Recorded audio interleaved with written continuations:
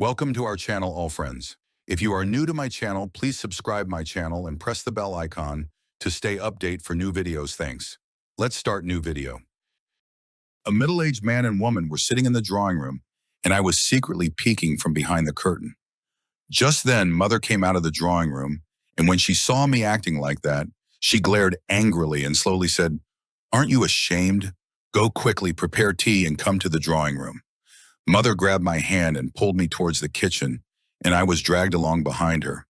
"Mother, just tell me, who are these people, and what does the boy do?" I, who was always eager, playful, and lively, asked Mother without hesitation. Mother slapped me on the head and said, "Girls don't look good talking about their own marriage." "Well, these are the boy's elder brother and sister-in-law. He doesn't have parents, so they've come with the proposal. The boy is also good. He works with his brother at his shop. Both brothers own a clothes shop." Mother gave me a few details, then helped me set the tray, and went to the drawing room, saying that after 2 minutes I should properly cover my head with a dupatta and come to the drawing room. 2 minutes after Mother left, I neatly picked up the tea tray and arrived in the drawing room. The woman who was sitting on the sofa opposite Mother smiled and returned my greeting, then made me sit next to her. She talked to me for quite a while, asking questions about household matters. Then they took Mother's permission and left, and Mother silently prayed that the proposal would be accepted.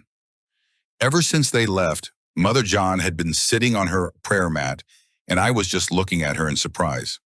"Mother, what's so special about this proposal that you're sitting on your prayer mat?" When Mother heard me, tears welled up in her eyes, and she said, "You don't have your father's protection, nor do you have a brother. All the time I worry about what will happen to you if something happens to me. That's why I just want to send you off with respect. And I like these people very much." Hearing Mother's words, tears also came to my eyes. I quickly went to Mother and put my arms around her neck. "My dear Mother, you will always be with me. Nothing will happen to you. You're still young. Why do you worry so much?" I lovingly caressed Mother, and she smiled, kissed my forehead, and said, "Daughter, who knows about life and death? I just pray that you stay happy in your home." Then Mother folded her prayer mat and sat with me, chatting. Only a short while had passed when they called and said that they liked me for their brother, Omar, and that they wanted to get married soon. Hearing this, Mother felt as if all her prayers had been answered. Mother immediately offered 2 nawafil, voluntary prayers, of gratitude. 2 days later, they came to our house with flowers and sweets, and the boy came along too. In our culture, the boy and girl don't meet face to face before marriage, so I spent the whole time peeking from the window, watching Omar, who was indeed incredibly handsome and good-looking. My heart swelled with joy at Mother's choice. The wedding date was set for 2 months later, and those 2 months flew by without me even realizing it. Mother made wedding preparations according to her means, and then 2 months later, I was grandly sent off to my in-laws' house. But as I crossed the threshold of my home, the thought that my mother was now alone intensely bothered me. My in-laws' house wasn't too far, so I thought I'd keep visiting my maternal home and wouldn't let my mother feel lonely. However, a girl's thoughts probably don't matter to anyone because what's customary in society always prevails. I sat on the seat in my husband's room, dressed as a bride. After a while, my groom entered the room and I shyly averted my gaze. Omar came and sat beside me, and the first thing he said left me astonished. He said, "I don't have parents. My elder brother and sister-in-law are everything to me, and I obey their every command without question. You'll have to do the same. If you object to anything they say or disobey their orders, you'll have no place in this house or in my life." Hearing such harsh words from my husband, my heart sank. The thought involuntarily crossed my mind. If my brother-in-law and sister-in-law ever treated me badly, would my husband not take my side? Would there be no one to protect me? I was lost in these thoughts when, like a duty, my husband gave me a wedding gift. He uttered a couple of formal sentences and then claimed his rights from me, while all my dreams were pushed into a corner somewhere. A fear had crept into my heart that I would always have to keep my brother-in-law and sister-in-law happy. Otherwise, my married life would never be pleasant. The entire night passed in this dilemma. The next morning, I realized that in this house, only my brother-in-law's word reigned supreme. Who would sleep when, Who would wake up when? Where would one go? What would be cooked? All these things were decided by my brother-in-law. My brother-in-law had stated that Omar had to go to the shop to work the very next day after the walima, wedding reception, because there was a shortage of boys at the shop, and Omar immediately agreed, as per custom. My mother came with breakfast, and she wanted to take me with her. But my brother-in-law flatly refused, saying that girls here don't visit their maternal homes often. My mother quietly fed me breakfast and returned. The walima ceremony was also done very well, but for some reason my heart was still prey to fear and doubts. Then, 2 days after the walima, I found out that my mother had become very upset. When I told this to my sister-in-law, she looked at me with strange eyes and said, "Your mother was hale and hearty at the wedding. Now you've thought up good tricks to get called home. I know all about the dramas of today's women. You weren't allowed to go back for the custom, so your mother must have faked an illness. When your elder brother returns from the shop, ask his permission. If he says yes, then go. I can't send you." Hearing my sister-in-law's words, my heart sank. I cried and said, "Mother is really sick and alone at home. She has no one but me. If I go, I'll take her to the hospital and get her medicine. Who knows when my brother will return?" My sister-in-law looked at me with angry eyes and said, "If you want to go, then go, but remember that you'll be accountable to Omar yourself." Hearing her words, the ground beneath my feet gave way. I remembered Omar's words that if I didn't obey anything his brother or sister-in-law said, he would end all ties with me. So I quietly waited for my brother-in-law, praying for my mother's health in my heart. Around 4 in the evening, when my brother-in-law returned home for lunch, I anxiously rushed to him and told him everything. He also looked at me with strange eyes and said, "I've just returned home tired. You didn't ask for water or food, just want to go to your maternal home. If your mother had so many problems, why did she let you get married? She should have kept you with her forever." He was muttering, who knows what about me and my mother, and it felt like daggers were piercing my heart. I stood there with folded hands, like a servant waiting for their permission. 5 minutes passed like that, and then he said, "Okay, go, but be back before Maghrib. And remember, this daily drama won't work. Give your mother medicine once and make her understand that you are now part of your own home. She should solve her own problems." I had clearly understood my brother-in-law's harshness, so without saying anything, I wrapped a shawl around myself and took a rickshaw to my mother's house. It was in the next neighborhood, and I was with my mother in 5 minutes.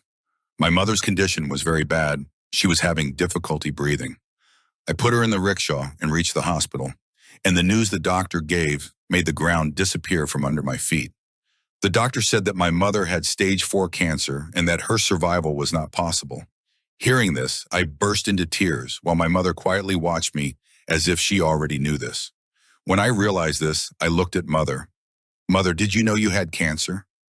My mother averted her gaze and said, "This is why I wanted you to settle into your own home. Now at least I have the peace of mind that you won't be helpless after me." Hearing Mother's words, my soul trembled. I hugged Mother and said, "Why did you marry me off? You needed me at that time. I wish I had known. I would never have gotten married." Mother got angry upon hearing me and said, "Foolish girl, settle into your own home. Don't worry about me. I've lived my life and seen my happiness. Now I just want you to be happy in your home." An hour later, the doctor allowed Mother to leave. When I brought Mother home, the Maghrib Adhan was being called.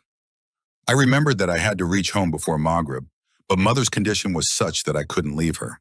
So I quickly messaged my sister-in-law, told her everything, and then cooked dinner, cleaned the house, washed the dirty clothes of Mother lying around, and by the time I finished all the chores, it was 10 o'clock. I told Mother, "I'm going home. I'll visit again in a day or 2. Mother kissed me and said, "Rabia, there's no need to worry about me. I'm fine, but don't come alone like this. Call Omar and ask him to pick you up." I called Omar, but he didn't answer my call, and then reluctantly I reached my in-laws' house alone, and as soon as I stepped inside, my hair stood on end. My brother-in-law and sister-in-law were sitting on the sofa, and Omar was standing with folded hands like a servant. As soon as my brother-in-law's gaze fell on me, he said, "Oh, Rabia, why are you stopping at the door? Tell your husband what I told you." His tone sent shivers down my spine. I stammered, "I'm sorry, brother. Mother's health deteriorated severely, so I had to take her to the hospital. I even messaged Bobby, sister-in-law, to inform her. I didn't have any balance, so I couldn't call." I looked at my sister-in-law with pleading eyes, but she just rolled her eyes, saying, "She just messaged me saying she'd be late tonight. So what could I do? She left on her own will. She came back on her own will. No one should ask me anything." She completely washed her hands of the matter, while Omar was glaring at me with bloodthirsty eyes. "Brother told you to be back by Maghrib. Then where were you for so long?" His tone was spitting fire. My voice died in my throat. "Omar, mother has cancer," I managed to say before bursting into tears. I thought that after this statement, perhaps my husband's heart would soften. Perhaps my brother-in-law and sister-in-law would take pity on me. But nothing of the sort happened. Omar angrily came toward me, delivered a hard slap across my face, and said, "Bury your family problems there and tell me, when brother ordered you to return by Maghrib, why didn't you come?" He continued, "Didn't I tell you not to disregard anything my brother and sister-in-law say?" I stood there, hand covering my mouth, looking at my husband in disbelief, his eyes bloodshot. I stammered, "Mother was very sick. I took her to the hospital. The doctor said she has cancer. How could I just leave her? I came back after doing her household chores. My mother has no one but me, Omar." I tried to explain my truth to my husband, but his heart seemed to be made of stone. "All right then, pack your bags and go to your mother forever. I don't need you." Omar said this, slamming the door shut as he went into the room. I was left looking at my brother-in-law and sister-in-law. My sister-in-law turned away, while my brother-in-law stared at me intensely. I immediately sat at my brother-in-law's feet. "Forgive me, brother. I made a mistake. I won't make such a mistake again. Please talk to Omar. Mother's health isn't good. If I return home, she won't be able to bear it." The thought of my sick mother kept coming back to me. If my mother knew how cruel my in-laws were, she wouldn't be able to bear it. I kept sitting at my brother-in-law's feet, crying for a long time, until he finally took pity on me. He said, "If you don't obey my orders, again you'll have no place in this house." I apologized to my brother-in-law, and then at his insistence, Omar didn't speak to me about the matter again. However, his attitude towards me became very bad, as if I had committed some grave sin. Even when he lay down on the bed, he turned away as if he didn't even know me. Omar's behavior hurt me a lot. He didn't even realize what I was going through. If he knew anything, it was only that I had disobeyed his brother's order. The next day I called to inquire about my mother's health, but I couldn't visit her, even though she lived in the very next neighborhood. Mother reassured me that she was fine. "Rabia, don't worry, focus on your in-laws' home." Hearing Mother's voice brought me some comfort. My sister-in-law handed me a long list of chores, while her daughter Anabia, who was almost my age, was never asked to do a single task. Anabia was a very kind and well-mannered girl. She often came forward to help me, but would get scared because of her mother. Whenever she came near me, my sister-in-law would scold her severely. The poor girl would start crying after being reprimanded by her mother. So I myself told her, "Anabia, don't help me." Days passed, and I couldn't visit my mother's house again. However, when talking on the phone, I felt as if Mother's condition had worsened significantly. Her voice barely came out. She missed me a lot. A couple of times I tried to ask my brother-in-law for permission to visit Mother's house, but he flatly refused. He said, "Your mother is perfectly fine. Nothing will happen to her. You should focus on your household responsibilities." Omar didn't even consider it necessary to talk to me much, as his brother and sister-in-law's word was always final for him. One day I was shedding tears missing Mother when Anabia came to me and said, "If you want, Auntie, I'll talk to Papa." I refused out of fear that my brother-in-law might think I was inciting his daughter. She said, "If your mother's very sick, then you should go." She felt a lot of sympathy for me, but she also knew that I couldn't just go like that. Then she forcibly handed me the phone saying, "All right, talk to your mother." I hadn't called Mother since morning. At her insistence, I put the phone to my ear, but Mother didn't answer. Ring after ring went unanswered, And when mother still didn't pick up after many rings, I started to feel panicked. Anabaya was sitting with me, and she also became worried. She immediately went and told her mother the news. My sister-in-law, as usual, dismissed it, saying her mother must be busy with chores somewhere. She wouldn't be sitting idle like her. I didn't dare to argue with my sister-in-law because I knew very well that I would have to account for it to Omar. But Anabia persisted with her mother, saying, "Mother, Auntie's house is close. Let's go, please. I also have some work in the market. We'll be back in a little while." Anabia was very pampered by her parents, being an only daughter. So when she insisted excessively, my sister-in-law agreed and said, "Okay, but come back soon." Anabia took me out of the house and I thanked her. But as soon as we reached mother's house, the ground beneath my feet gave way. Neighbors were standing outside my door, and some women were inside. Seeing me, Kulsum Kala, a neighbor, started crying and said, "Oh, Rabia, you came too late. Your mother has left this world. Even as she was leaving, she was calling your name. You were too late." Hearing this, I fainted and fell to the ground. Everyone was calling me unlucky for not being with mother in her final moments. My mother, who had raised me alone after my father's death, had left this world by herself in my absence. Anabia informed her parents. A short while later, my brother-in-law and sister-in-law arrived. My husband also came, but by then, I didn't need anyone. When my mother's funeral was being taken, my brother-in-law opened pots of food. Everyone was praising my in-laws, but only my heart knew the cruelty they had inflicted upon me and my mother. My mother had yearned to see my face, and I had also endured this time with great difficulty. My mother's funeral was over, and everyone went back to their homes. My brother-in-law and sister-in-law took me back to my house. My mother's house had been locked. I lay alone in bed all night, shedding tears, because my husband, tired, had fallen into the valley of sleep. It didn't matter to him what devastation had fallen upon my heart. In this entire house, only Anabia cared for me. She tried to console me greatly, but my sighs perhaps reached the heavens. I was constantly sitting before Allah on my prayer mat. My heart found no peace, nor could I forget the cruelty my husband had inflicted upon me. Sometimes I felt a sense of hatred for my brother-in-law and sister-in-law because of whom I couldn't see my mother in her last moments. A week passed like this. One night, due to restlessness, I left my room and started walking around the house. My steps halted at the sounds coming from my sister-in-law's room. She was talking to her husband, saying, "Well, it's good that Rabia's mother is gone. Now her visits to her maternal home are over too. We'll keep her as a free maid for the rest of her life. Her husband is already our servant. He works for free at the shop. We won't let these two slips away so easily." Tears welled up in my eyes hearing my sister-in-law's words. I knew very well how they had fooled my husband, but I couldn't have imagined them to be so heartless, especially since she herself was a mother to a daughter. For some reason, a curse for them escaped my heart, that they would yearn for happiness their entire lives. I didn't realize that it would be an hour of acceptance and my prayer would be granted. Time's job is to keep moving.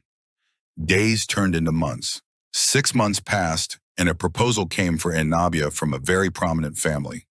They were very rich and wealthy and wanted to have a grand wedding, and that too soon.